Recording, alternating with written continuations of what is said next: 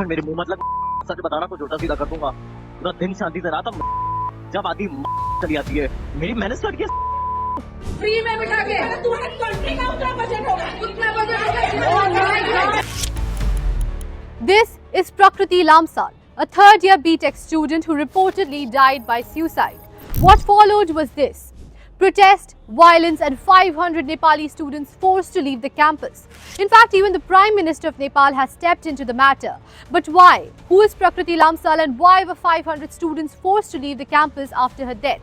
Let me explain. Case of suicide of a student from Nepal. Now, a BTech student from Nepal has been found dead of a young girl at an institute in India. Student from Nepal who was found dead in a hostel. 20-year-old BTech student Prakriti Lamsal was found dead in a hostel room on 16th of February.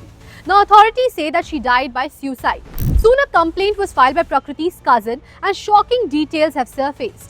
According to the complaint, Prakriti was being subjected to continuous harassment by Advik Srivastava, a 21-year-old who has been a student of the same university. Advik reportedly harassed her and blackmailed her, which allegedly pushed her to take her own life.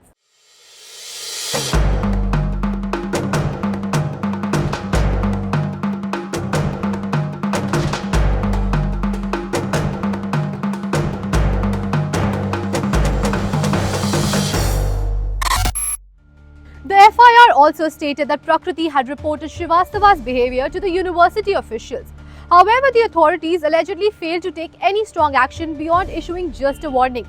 Now, after the FIR, Advik Srivastava was arrested and a complaint has been filed against the 21-year-old under Section 108 of the Bharatiya Nyaya Sanhita for abetment of suicide. Following Prakriti's death, the Nepali student community at KIIT erupted in protest, blocking roads and demanding justice. They accused the university of ignoring her complaints and failing to take preventive actions. With the situation tense, videos have surfaced where students can be seen clashing with university security guards. Now, what solution did the university find? After the incident, the university reportedly asked 500 Nepali students to leave the campus of the institute. Eyewitnesses reported that some students were even forced on buses and dropped at the Cuttack railway station, which is nearly about 30 kilometers away from the institute, without proper arrangements. Some students lacked train tickets and others said that they had upcoming exams scheduled for 28th of February. But that's not it. Some teachers also allegedly made racially insensitive remarks on students and reportedly threatened them. Look at this video. The teachers asked the students to go wherever they felt safe, while stating that the amount spent by the university on students' welfare was more than the national budget of Nepal.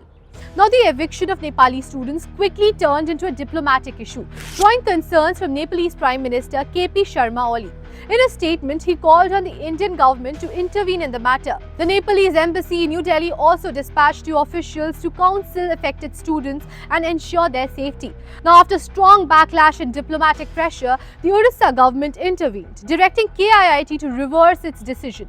The university issued a new statement urging Nepali students to return and promising resumption of normal academic activities. Amid all of this, a probe is underway in the matter. The accused has been arrested and police officials are conducting a scientific examination of Prakriti Lamsal's mobile phone and laptop to verify the blackmail allegations. With diplomatic pressure, student outrage and allegations of administrative negligence, the incident remains under intense scrutiny.